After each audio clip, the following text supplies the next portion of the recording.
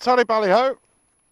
I'm about to ride the new Tiger Sport 1050 inline triple engine. Have got side lights on here, but they were just bulbs, they're not LED. Right. Right, so it's quite tall. I think it's an 820. Now here, that's how easy it is to move the screen. You've got these little springs on these bolts here, so you just push out and slide. It's got a little nose vent in there as well. Right. Hello. Hello. Hand. Got the gloves on. Right, so Top Gun. Right. What's annoying is it's got the modes here. Sport. Let's just go in sport for actually. What was that? That was rain, road, and sport. Let's go in road first, and then we'll get used to the bike, and then see what happens. So,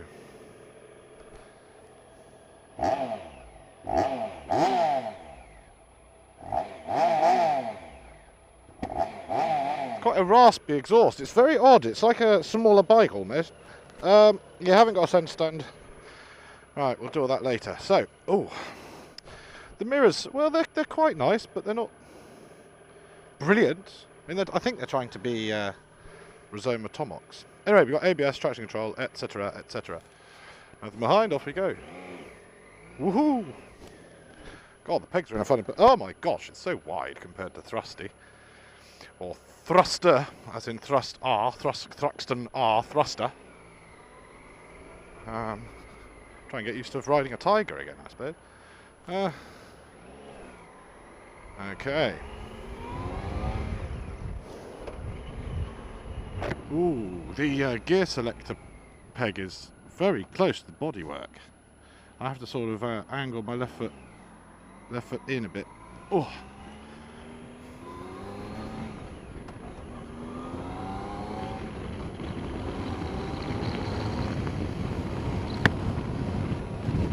Okay.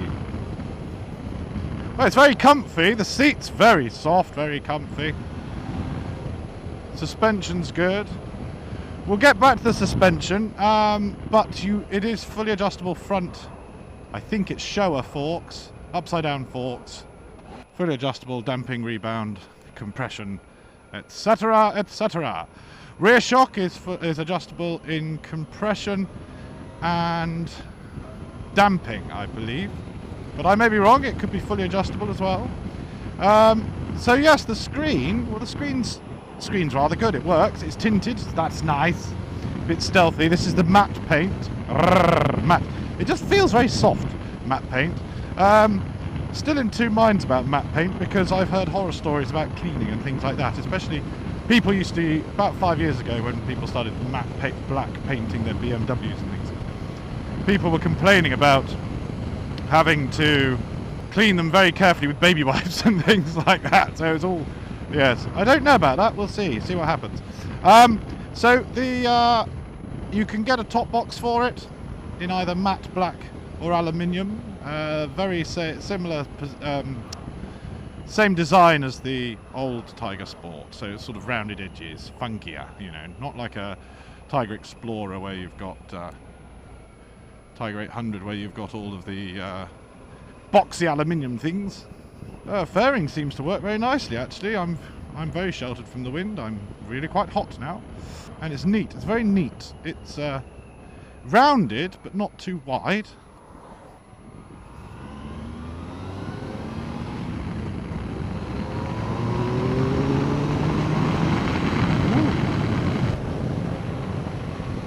Not bad. I'm going to let the engine get up to temperature before I absolutely panic.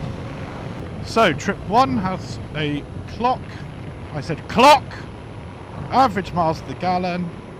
Average miles per hour. Trip. Distance. Clock. Okay, so that's trip 1. Trip 2 has the same. So it's very similar to my old Tiger 800, except it's got a clock in the trips for some reason. Oh!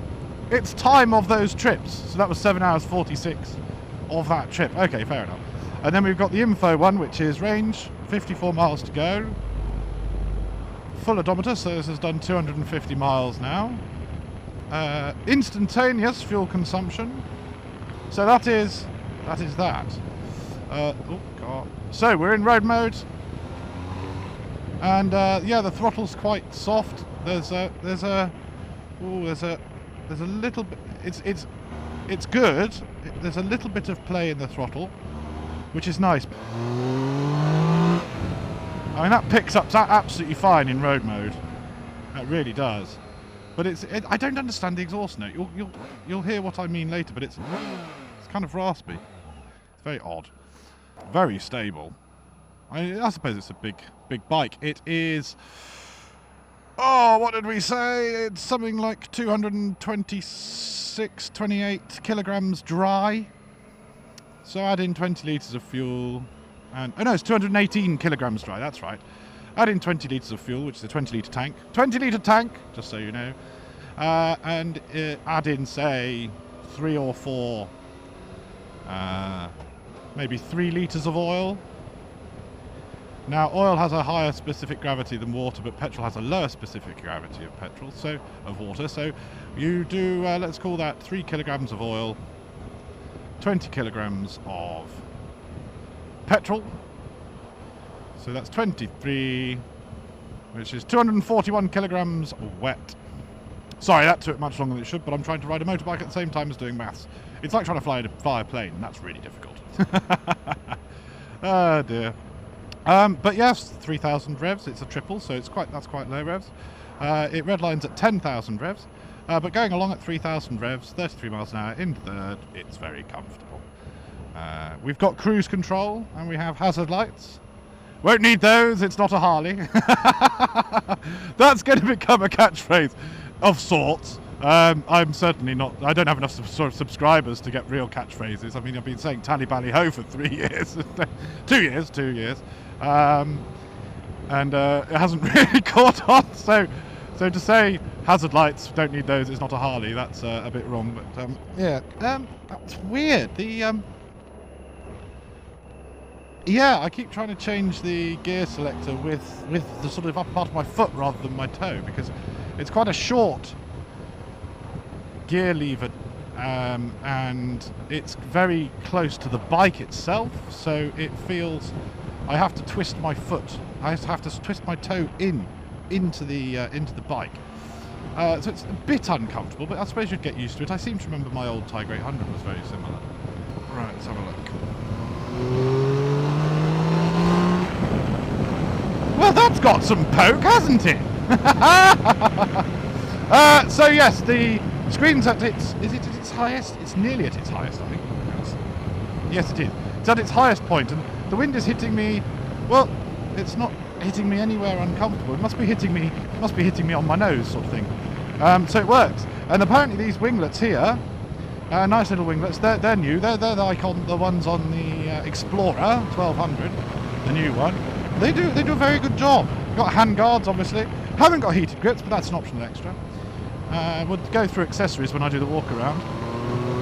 Ooh, actually, yeah. Look, concentrate on the road and have a bit of fun with the handling. Wow. Gosh, it's flickable. Oh, ha, ha, ha. Yeah, not bad, not bad. So after this junction, if it's clear,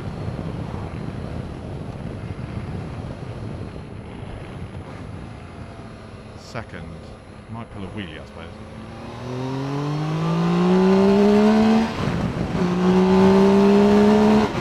Right.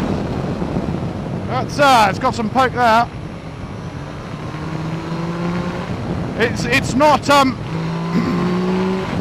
got a good mixture of torque and power, but it is a bit of a kick if you are cack-handed with the throttle. But it's nice and progressive. It's yeah, it's certainly enough. And if you do that on a speed triple, the front will come up. But I was careful of the throttle initially, on the initial bite in second. So yes, that's something to look at. Now, I don't think you can change mode on the road. That's the other thing. You've got to lean forwards. Sport. There you go, you can. Lean forward, just like the other bikes. If you're on the move, clutch in, throttle closed, it'll change to it. So yes, we're in sport mode now. Throttle feels a bit more twitchy. I don't think it does anything. No, it won't do anything to the suspension because the suspension isn't electronically adjusted. So, but actually, there seems to be a bit more oomph. The power should be the same. It's 126 brake horsepower, 106 newton meters of torque, which is 78 foot-pounds of torque for those imperialists, so our cousins in America. Although I prefer to talk in foot-pounds of torque as well because it's. I know more cars and bikes. Well, I know the more figures in the imperial numbers. So, I mean, obviously, PSs and Newton meters, it's all very metric and very French. Ah, yes, not sure we like that sort of thing. But there are some things the French are good at, like, well, no, they're not good at it. That's the thing. It's a misnomer. Just because they invented French kissing doesn't mean they're any good at it. And no, they're not the best lovers. Apparently, there was a survey. They aren't the best lovers because they're not considerate enough. Same with Italian men. They seem to feel they're very manly and forthright and hairy. However, it means if you're not a considerate lover, you don't exactly get to. But the lady doesn't always get a crisis, if you see what I mean. You need to be attentive, gentle when needed, and when necessary. However, a tiger. Once you have increased to a certain tempo. Where am I going with this fucking conversation? I do apologise, everybody. There's a USB port under the seat. I've taken a photograph of that, so I should put that in here. What there is, there's the USB ports at the top with a little rubber cap on it, and then just below there's a little tray, pocket, area thing under the seat for you to be able to put your gadgetry under there if that's where you want to charge it. So, you know, your phone, if you don't want to look at it. But then again, you could always just run a lead under the tank from that port up to the front to do your GPS and all that kind of stuff. There are GPS brackets, and I think they're for the Garmin motorbiking one. Comfort-wise, well, it's all right. I mean, my legs are splayed a bit more than I wanted. I think they're splayed more than on the 800 Tiger because this tank seems to be fatter. Yeah, I mean the seat comes out earlier here, so your crotch is split more than on the 800s. Nothing's behind me, and away we go.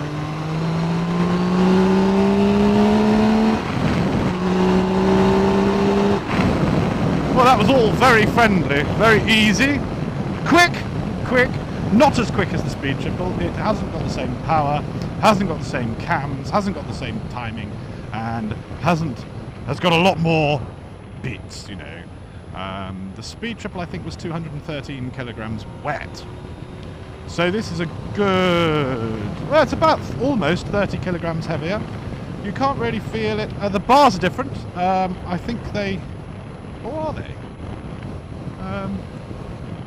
They're higher up. Obviously the geometry is all different because this is the Tiger, not the Speed. So yes, you're very upright. Back's nice and straight. Knees aren't compressed as much on the Speed Triple. They compress quite a bit, but it's a very nice leisurely seating position. But you've got this different engine. You haven't got the 800. You haven't got the 1200. It definitely feels much sportier than the Explorer even, which is a 1200, but that's just a wave of torque, really. Whereas this is very nice indeed. Hello, sir. So redlining in first at about 55 miles an hour. And time for a walk around. And here! Ha ha ha!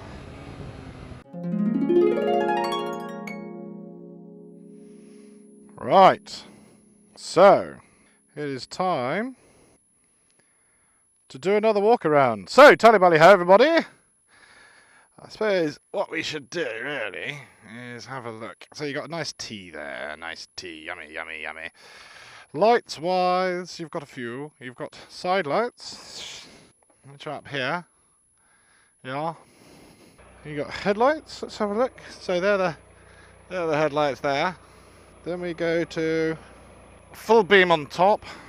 So yeah. And that's just a flasher. There we go. So that's lights done. What I find quite disappointing is that on the speed triple, we have LED indicators as standard.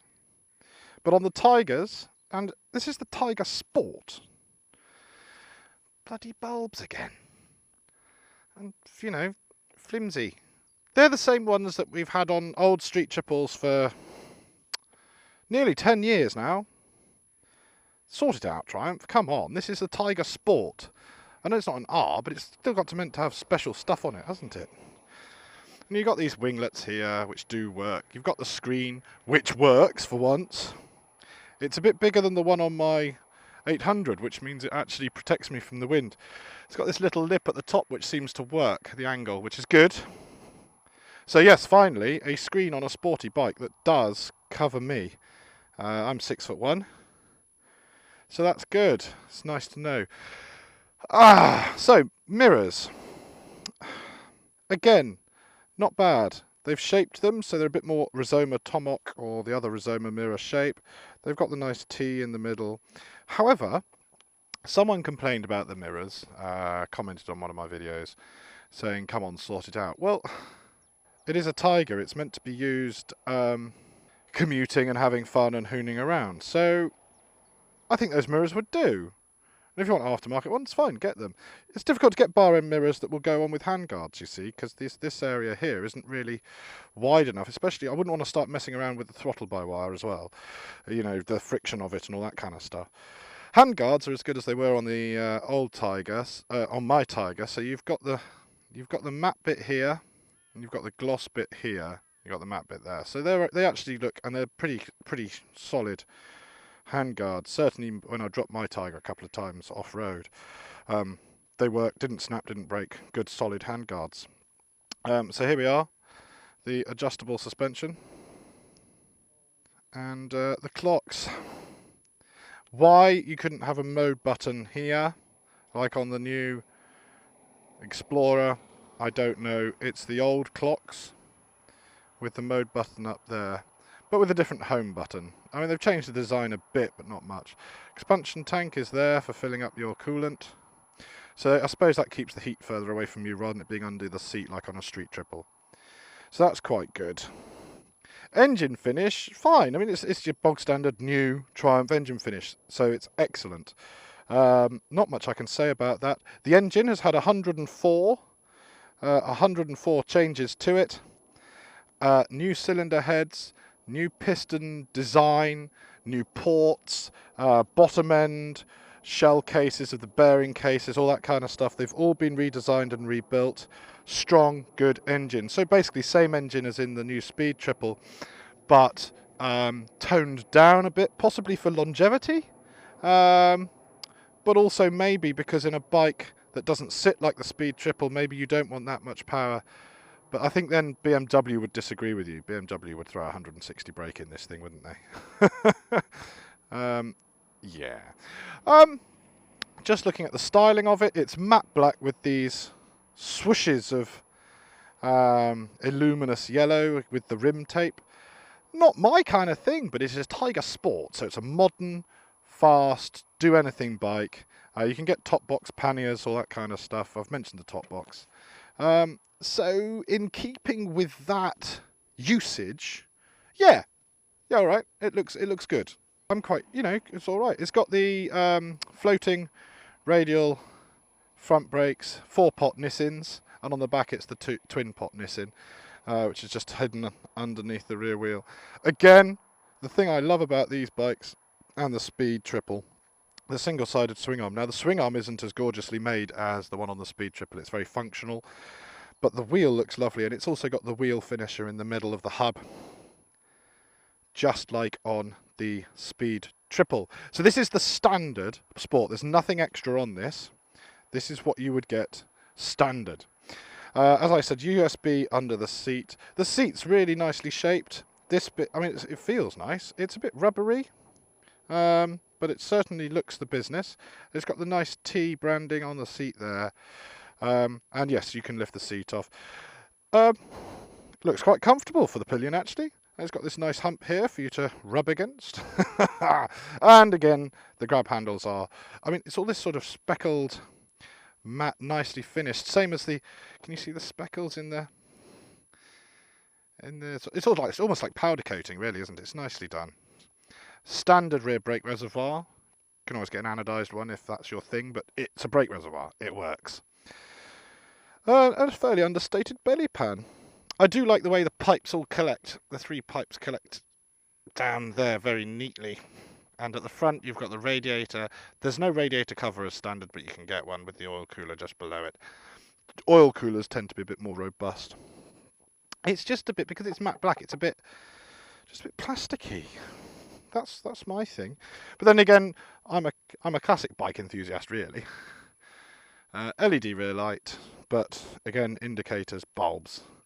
If I was going to be riding this all year round, I probably wouldn't get the tail tidy, because that little duck's arse would protect you from quite a lot of spray.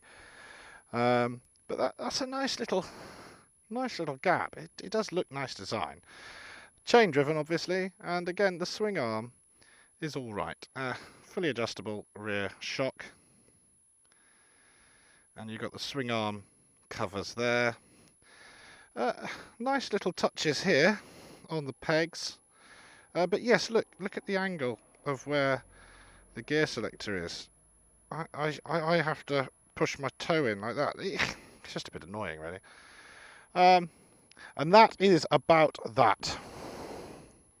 Right, so basically the exhaust apparently is 48% more freer flowing, which allegedly adds 8% fuel economy. I don't know, none of these figures. They're so precise. They may as well put decimal 3 in or something. They're so precise that they could just be making it up out of thin air. But it all does sound like the right thing. So the front forks are Showa 43mm upside down forks, adjustable preload, rebound and compression damping. There's a Showa monoshock with adjustable preload and rebound damping at the rear. It's got switchable multi-level traction control and ABS coupled to twin 320mm floating discs. I've already talked about those. Now, where was the bit I wanted to see? Ah, here we go. It's about the clutch lever. Listen to this. Added to this is a new torque assist clutch that eases the strain of both city commutes and long-distance adventure by reducing lever effort by up to 48%. How have they measured that? I mean, really. The new clutch system is coupled to a slick 6-speed gearbox to allow the rider to make maximum use of the available power whilst providing a comfortable ratio for top gear long-distance cruising. It's just brilliant. A new USB and 12-volt power socket allows riders to charge up personal equipment and help with the fitting of powered accessories. No shit. Oh dear. Right, so the choice of striking livery from all new imposing matte black with neon yellow detailing, that's what they call it, neon yellow detailing, or striking aluminium silver with red. The Tiger Sport not only rides like a dream, it also looks incredible. Well, it does look incredible. Incredible is probably the right word. But yes, it's very nice. Right, time to do some selfie stuff, I think. Bye.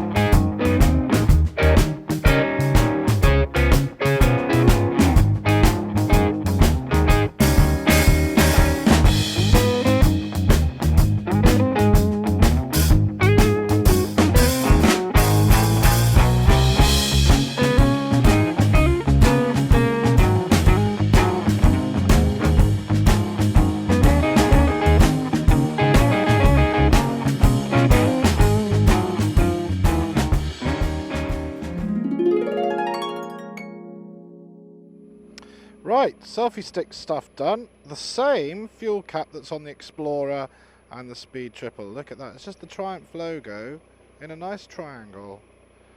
It's just nicely done. I know I got rather orgasmic over it on the Speed, but it's a nice thing.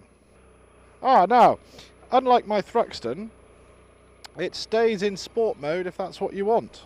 Good. But every time I turn my Thruxton off, I have to bloody do it again, don't I? So, selfie stuff done. Let's go.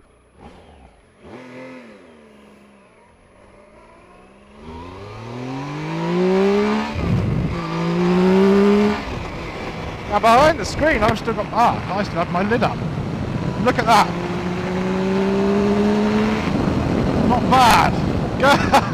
Now this is that bumpy road I was talking about, and it's not as poised as the Explorer, but that's weird with that electrical suspension. It just doesn't jar at all. You feel the bumps, so which means you've got good connection with the road, but it kind of rides them. Nothing is jarring on my back or bottom. Sometimes that's nice, but at the moment it's not. So yeah, it's a jolly good bike. So if you want a do-it-all bike that's a bit sportier than the other Tigers or the 1200 Explorer. Now it's a bit gritty around here, and I'm not feeling any of that. That's good. Oh, there we go. Traction control kicked in. Did you hear that? That sort of lurch. The bike, actually, to give the bike its credit, the bike didn't lurch. It's just I noticed the engine stop a second, but I didn't lurch. So it's not. Traction control doesn't seem to be that intrusive. Oh, look at that. That is jolly good. Well, accessories. There are accessories, and there's also a low fuel light. Let's just come on. It's the standard accessories, really. You can put on the Arrow slip-on exhaust, which is £700 without VAT. So with VAT in this country, it'll be £840. See, I just crossed some gravel there. Didn't even feel it. Front didn't feel skittish. So I'm just crossing. There's a lot of gravel on the sump line, and I'm crisscrossing it quite a lot. And I'm not feeling that at all. It's just, I suppose, carving through it nicely, like you would a snowboard on snow.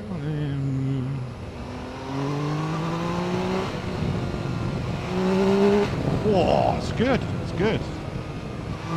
It's you can behave like a complete tit on it. You can hoof it if you want to. It's a nice bike. I like it.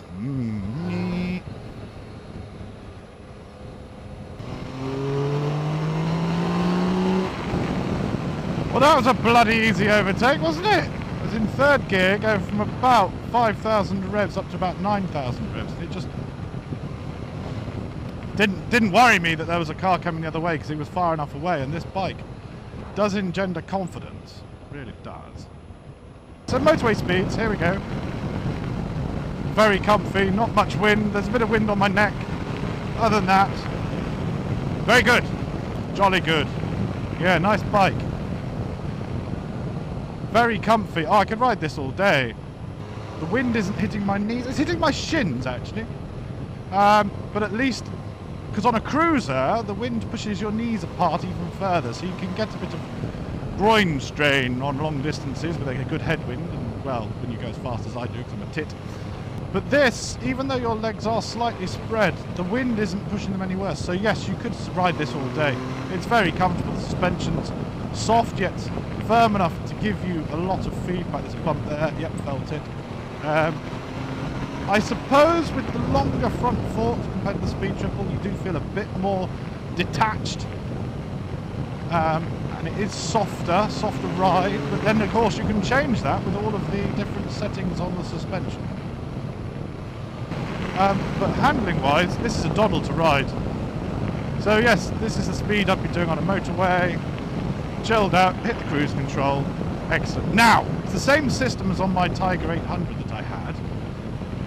And as such, bloody good cruise control. I used to set it at 75, 80 or whatever on motorways. Hills, different wind, on a really windy, gusty day. Speed probably fluctuated 1 mile an hour either side of the target speed. Going up a hill, going over the crest of a hill, it would roll back gently, not taking you by surprise. I've had far worse cruise control systems in cars, and this is a motorbike. So yes, the cruise control works very, very well indeed. Comfortable do-all-rounder, really. Very, very similar to my Tiger 800.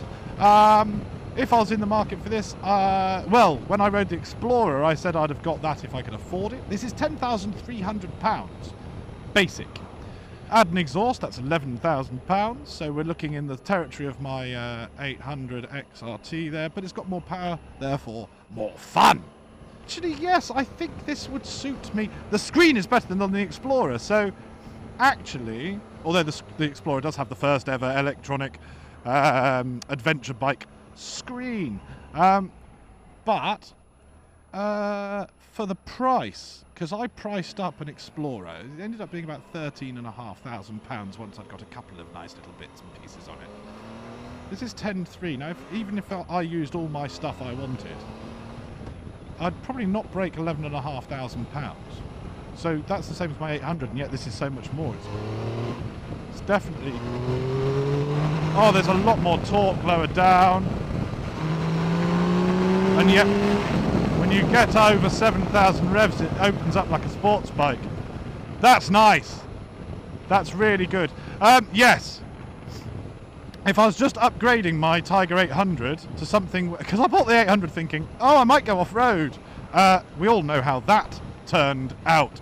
See my green laning video, which I ended up calling brown laning because it was a bit too muddy.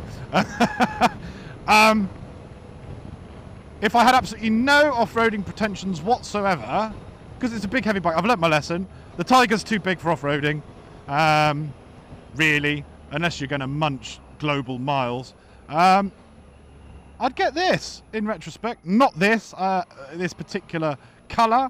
I do not like matte paint particularly. That's why I didn't get the matte black Thruxton, although it does look like a stealth missile, especially with the racing cowl on the front. Anyway, digressing again. Yeah, I'd get this. So, Tiny Bally Ho, thanks for watching. Pip, pip, squiddly dum.